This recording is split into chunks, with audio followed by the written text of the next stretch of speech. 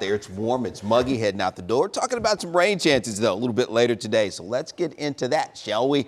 We'll have the clear skies out there early on. Won't see any rain until we get into the afternoon, and it will be isolated to scattered, so it won't be real widespread at all. But as we head toward midday, might start to see a few showers up along the Red River. We've talked about that front that's kind of sneaking in through the back door there from our north and east. It will move in from a little bit later today. So we'll have some isolated to scattered showers and thunderstorms as we head toward 3 p.m. here. Here's how things may look as we get into the afternoon hours here for today. So about a 20, maybe 30% coverage we're talking about here for today. So nothing real widespread. No severe weather is expected, but maybe some stronger storms, some brief heavy rain, some frequent lightning, gusty winds in some of the storms here as we head towards 6 p.m. So the afternoon commute, at least we'll have at least a few showers and thunderstorms around here for you to deal with. That will taper off as we head into this evening. We'll start out Wednesday mainly dry, and that will be the case through much of the day. Coverage is going to be less than 20% with any showers and storms, it looks like, as we head on into Wednesday afternoon and evening. But then we'll have some better rain chances down the road as we head later into this week. As we go through the rest of this week, going to put that coverage less than 20% tomorrow, about a 30, maybe 40% coverage as we head into the upcoming weekend on Saturday. And then those rain chances do start to drop off once again heading into Sunday. So just keep that in mind here over the next few days.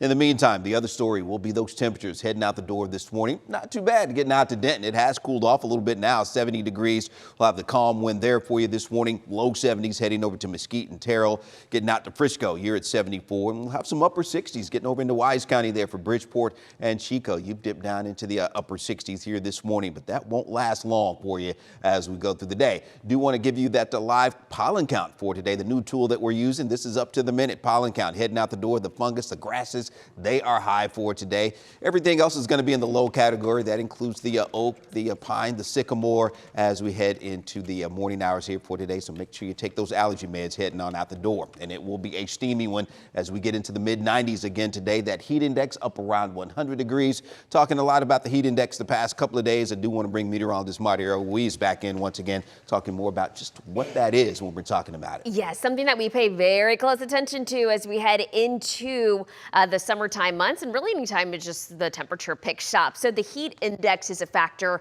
because of how our body naturally cools down. So our bodies like to stay right around 98.6 degrees. That's normal. So when the temperature climbs, our body temperature also climbs. That's when we sweat. Sweat is that moisture that's released onto your skin. That evaporates, and that's the body's natural way of cooling down.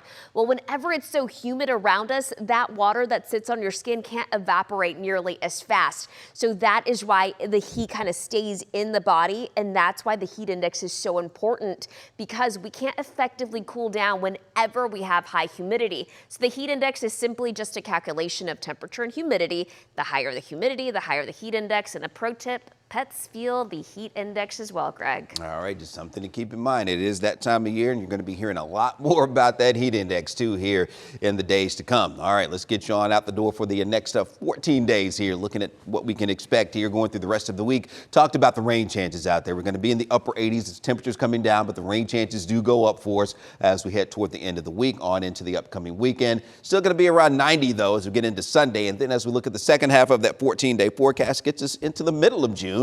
Looking at plenty of 90s as we head toward next Friday and Saturday.